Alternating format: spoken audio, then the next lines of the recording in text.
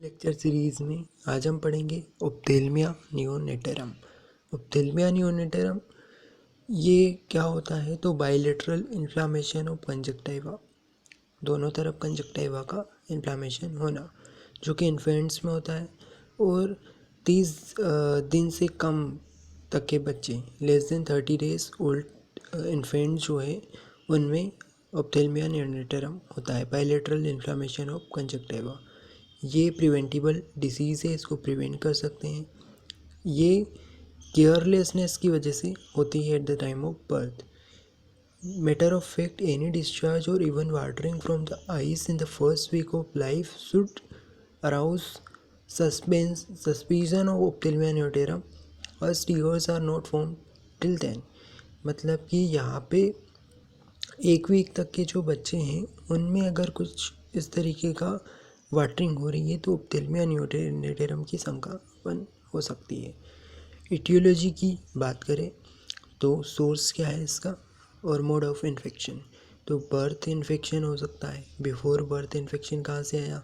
तो ये लिकर एमनियाई से आया, माँ के थ्रू, मदर के थ्रू, रप्चर में मेम्ब्रेन रप्चर होने की वजह से। ड्यूरिंग बर्थ के दौरान ये इन्फेक्शन कहाँ से आया? तो ये इन्फेक्शन आया बर्थ कैनाल से। ठीक है, चाइल्ड जब बोर्न होता है तब बर्थ कैनाल के थ्रू ये आया। और फेस प्रेजेंटेशन के साथ अगर बेबी आया है तो। और आफ्टर बर्थ, अब बर्थ के बाद कहाँ से इन्फेक्शन आया? तो ये फर्स्ट बात, जब पहली बार उसको नहलाते हैं न्यूबॉर्न को तो फिंगर्स से या अगर उसमें फिंगर में लोचिया से इन्फेक्टेड फिंगर है, जो विजाइनल डिस्चार्ज लोचिया था उससे इन्फेक्शन है, या सोइल्ड क्लोथ्स हैं तो उससे हो सकता है। कॉजेटिव एजेंट्स देख लेते हैं इसके, तो केमिकल कंजक्टिवाइटिस इसका कारण है। गोनोकोकल इन्फेक्शन हो गया, बैक्टीरियल इन्फेक्शन जैसे streptococcus haemolyticus, staphylococcus, streptococcus pneumoniae, neonatal inclusion conjunctivitis जो कि serotype D to K chlamydia trachomatis की वजह से होता है, और हार्पिक सिम्प्लेक्स ऑप्थेल्मिया नियोनेटरम जो कि हार्पिक सिम्प्लेक्स 2 वायरस की वजह से होता है। यहाँ पे ये केमिकल कंजक्टिवाइटिस जो है वो सिलर नाइट्रेट हो गया, तो इसकी वजह से मोस्ट कॉमन काज एंटीबायोटिक की वजह से।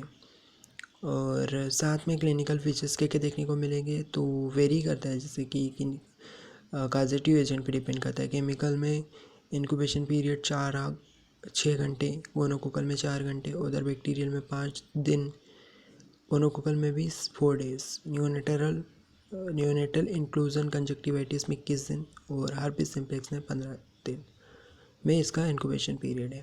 सिम्टम्स एंड साइंस, उसको पेन होगा, टेंडरनेस फील होगा आई बाल में, कंजक्टिवल डिस्चार्ज देखने को मिलेगा जो कि पुरुलेंट पस वाला होगा गोनोकोकल ऑप्थेल्मिया नियोनेटरम के केस में, और म्यूकोइड म्यूकोपुरुलेंट होगा ये बैक्टीरियल केसेस में। साथ में लिड्स जो है वो उनमें स्वेलिंग देखने को मिलेगी, और आईलिड्स जो है उसमें स्वेलिंग देखने को मिलेगी हार्पिस सिम्प्लेक्स वायरल इन्फेक्शन के केसेस में। कंजक्टिवा जो है उसमें हाइपरेमिया कीमोसिस देखने को मिलेगा। कॉर्नियल इन्वॉल्वमेंट हुआ, कभी कभी रेयर केसेस में हो सकता है, तो उसमें केरेटाइटिस भी देखने को मिल सकता है। इसका कॉम्प्लिकेशन क्या क्या हो सकता है? तो कभी अनट्रीटेड केसेस है गोनोकोकल ऑप्थेल्मिया नियोनेटरम के, तो उसमें अल्सरेशन हो सकता है, कॉर्निया का अल्सरेशन हो सकता है, कॉर्निया में ओपेफिकेशन हो सकता है, ओपेसिटी हो सकती है, और इससे फाइलोमा फॉर्मेशन भी हो सकता है कॉम्प्लिकेशन के तौर पे। इसका ट्रीटमेंट क्या करेंगे? तो एंटीनेटल केयर करते हैं, तब एंटीनेटल मेज़र करना है उसको, मदर केयर करना है जेनेटल इन्फेक्शन को प्रिवेंट करने के लिए। नेटल मेज़रमेंट करना है, मेज़रमेंट में अपन क्या करेंगे? डिलीवरीज जो होती है उसको हाइजीनिक कंडीशन के साथ करना है, एसेप्टिक मेज़रमेंट के साथ, और साथ में न्यूबॉर्न्स भी जो है उसको प्रॉपर क्लीन और ड्राई करना है ना। और पोस्ट नेटल में आ जाएगा आयोडीन 2.5 सॉल्यूशन 2.5% सॉल्यूशन इफ़ेक्टिव होता है पैथोजेंस को किल करने में। और 1% टेट्रासाइक्लिन ऑइंटमेंट हो गया, 0.5% एरिथ्रोमाइसिन ऑइंटमेंट हो गया, ये सब यूज़ होते हैं। सिंगल इंजेक्शन ऑफ सेप्ट्रिक्सोन भी यूज़ कर सकते हैं, है ना। तो इसके अलावा सिर्फ 1% सिल्वर नाइट्रेट सॉल्यूशन जो है पाइस में डाला जाता है इमीडिएटली आफ्टर बर्थ। इसको बोलते हैं क्रेट्स मेथड, ठीक है। और क्यूरेटिव में ट्रीटमेंट की बात करें तो केमिकल ऑप्थेल्मिया नियोनेटरम में अपन को क्या सेल्फ लिमिटिंग कंडीशन है, तो कोई ट्रीटमेंट की ज़रूरत नहीं पड़ती। गोनोकोकल ऑप्थेल्मिया नियोनेटरम जो है उसमें अपन को टॉपिकल थेरेपी देनी पड़ेगी, जैसे सलाइन लावेज और बेसिट्रेसिन आई ऑइंटमेंट दे सकते हैं। साथ में सिस्टेमिक थेरेपी जिसमें कि सेप्ट्रेक्सोन हो गया 75 to 100 mg, सेप्ट्रेक्सोन 100 to 150 mg, ये सब दे सकते हैं। और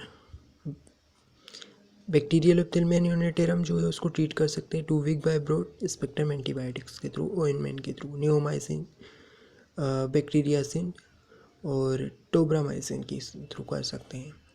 नियोनेटल इंक्लूजन कंजक्टिवाइटिस जो है उसको टेट्रासाइक्लिन से, और हार्पिक सिम्प्लेक्स कंजक्टिवाइटिस जो है उसको, ये भी सेल्फ लिमिटिंग डिसीज़ है और अपन इंट्रावीनस एसाइक्लोवियर इंजेक्शन से सही कर सकते हैं। तो हमने ऑप्थेल्मिया नियोनेटरम पढ़ा, इसका डायग्राम आप देख सकते हैं, गोनोकोकल ऑप्थेल्मिया नियोनेटरम, ठीक है। Bilateral inflammation of the conjunctiva, ठीक है, 30 डेज तक के इन्फेंट्स में देखने को मिलता है। और इसका before birth, during birth, after birth, इसका क्या है एटियोलॉजी। और causative agent chemical conjunctivitis, gonococcal infection, bacterial infection, chlamydia, trachomatis, herpes simplex. Then इसके बाद सिम्टम में पेन होगा, टेंडरनेस, कंजक्टिवा का डिस्चार्ज देखने को मिलेगा, म्यूकोपुरुलेंट या पुरुलेंट टाइप का लिड्स जो है वो उनमें क्या हो जाएगा, स्वेलिंग हो जाएगी। और कंजक्टिवा जो है इसमें हाइपरेमिया और कीमोसिस देखने को मिलेगा। कॉर्निया का इन्वॉल्वमेंट हुआ तो उसमें ओपेसिटी देखने को मिलेगी, केरेटाइटिस देखने को मिलेगा। कॉम्प्लिकेशन के तो कॉर्निया का ओपिफिकेशन हो सकता है, कॉर्निया का अल्सरेशन हो सकता है और परफोरेशन हो सकता है, स्टेफाइलोमा फॉर्मेशन हो सकता है।